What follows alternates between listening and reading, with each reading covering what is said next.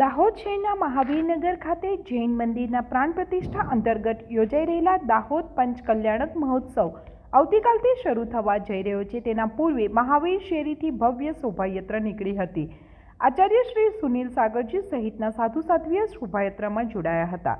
બગીઓમાં સવાર થઈને ભગવાનની મૂર્તિઓ લઈ જવામાં આવી હતી।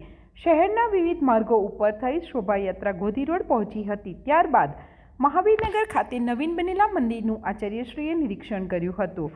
મંદિરના પટાંગણમાં આવતીકાલથી ભવ્ય પંચકલ્યાણક મહોત્સવની શરૂઆત થશે, જે 23 તારીખ સુધી ચાલશે।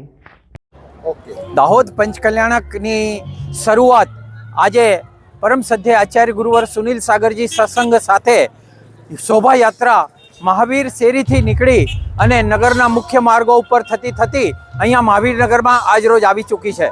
મહારાજજીએ હમણાં જ પ્રવચન દરમિયાન બતાવ્યું કે આ શોભાયાત્રા નથી, પરંતુ દાહોદ નગર, દાહોદ જિલ્લો, ગુજરાત રાજ્ય અને દેશ માટે ઉત્થાનનું કાર્ય કરવાની એક પ્રક્રિયા છે અને એ પ્રક્રિયા ચાલુ થઈ રહી છે।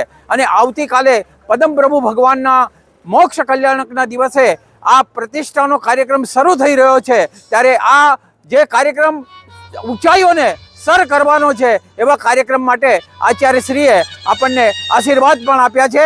આ પત્રકારના માધ્યમથી હું દાહોદની જનતાને જણાવવા માંગુ છું કે આ કાર્યક્રમોમાં આપ અવશ્ય આપનો અમૂલ્ય સમય કાઢી અને જરૂરથી પધારશો।